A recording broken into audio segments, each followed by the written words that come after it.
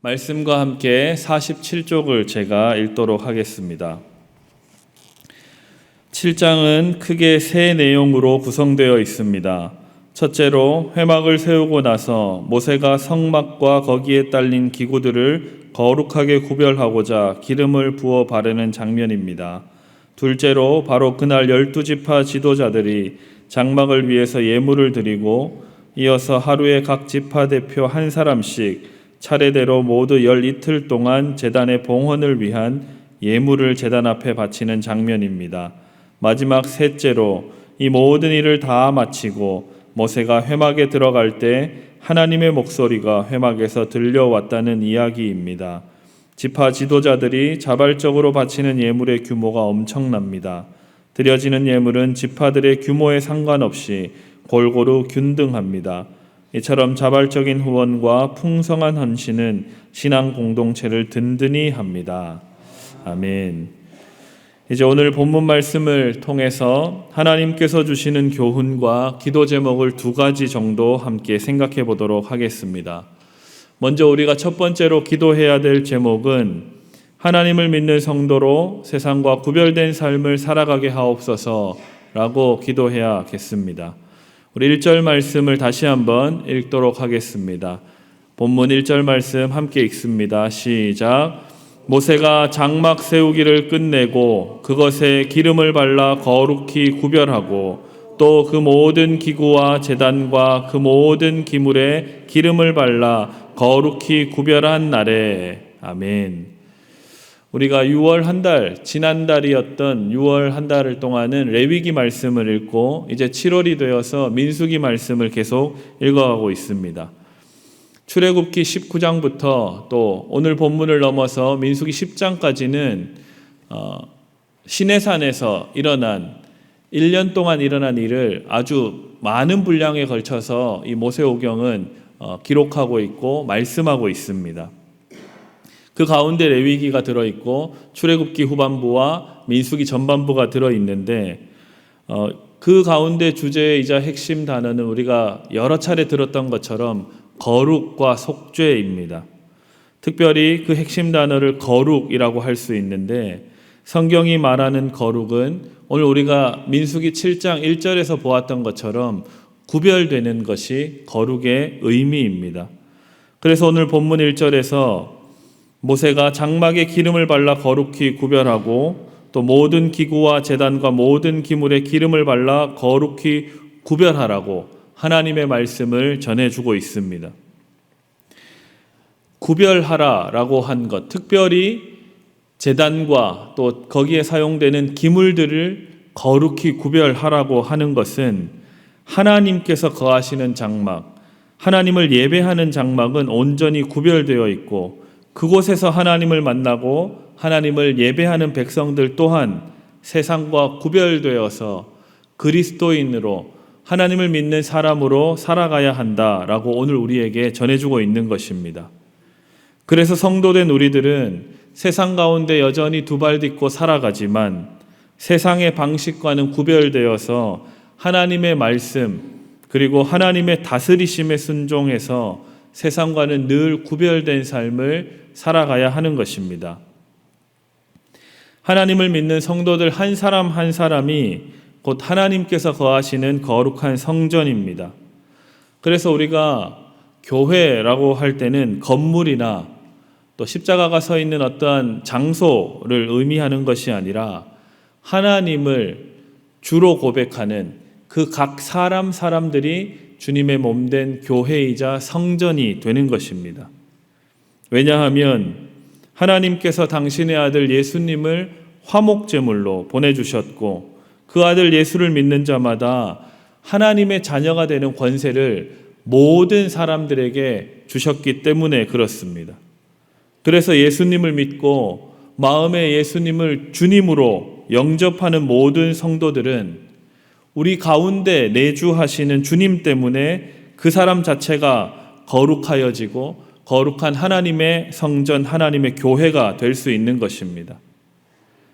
그래서 이 교회당에 나와서 하나님을 예배할 뿐 아니라 우리가 살아가는 삶의 모든 자리에서 하나님이 함께 하시는 우리 예수님께서 내주하시는 성도로서 세상과는 구별된 자로 살아가야 되는 것이 바로 성도의 의무이자 특권이 되는 것입니다.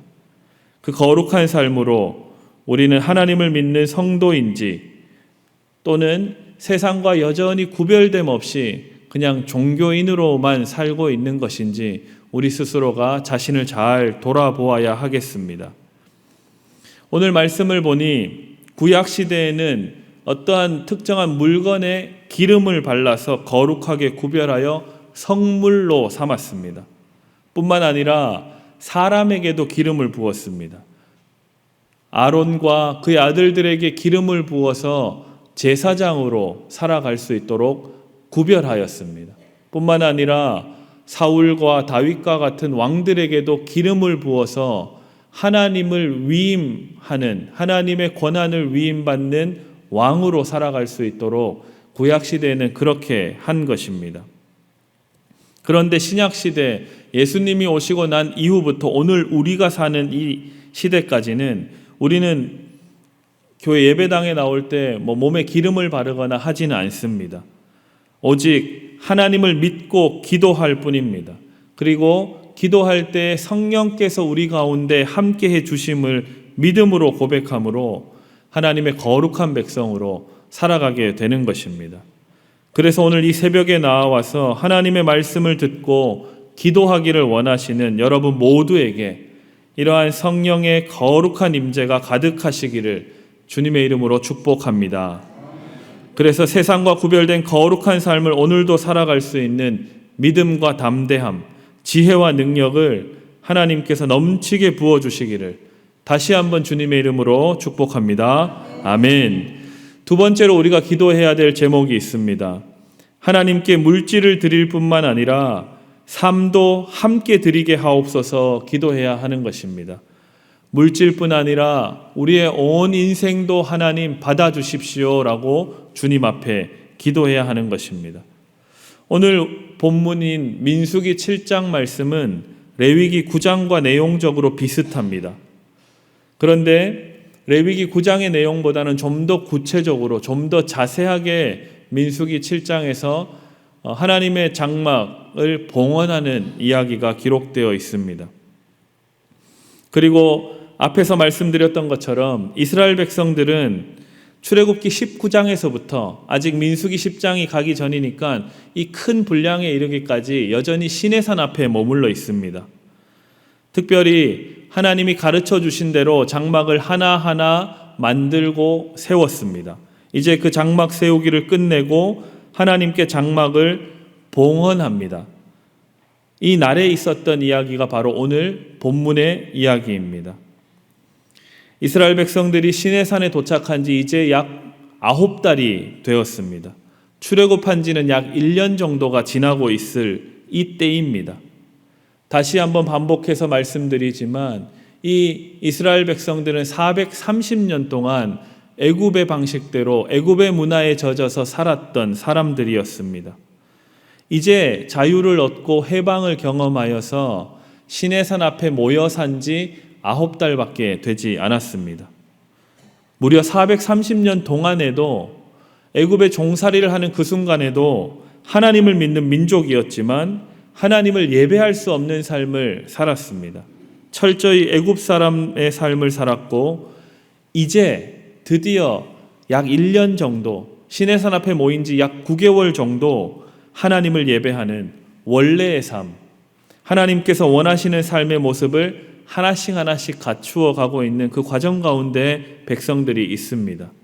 그래서 모세오경 중에 참 많은 분량을 이 약 1년에 걸친 이야기를 다루고 있고 광야에서 있었던 약 40년의 이야기는 그 뒤로 민수기 10장부터 약 20장, 10장에 걸쳐서 반역의 역사들로만 기록하고 있습니다. 하나님께서 거하시는 처소인 장막이 이제 세워졌습니다.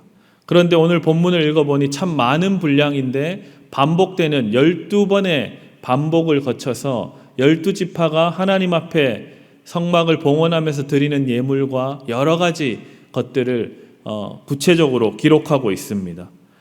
그리고 생각해보면 빨리 가나안 땅에 들어가기 위해서는 12지파가 한 날에 한 번의 예물을 드리면 되는데 특별히 하루하루 반복될 수 있도록 12번에 걸쳐서 그 예물을 드리도록 하나님께서 하셨습니다.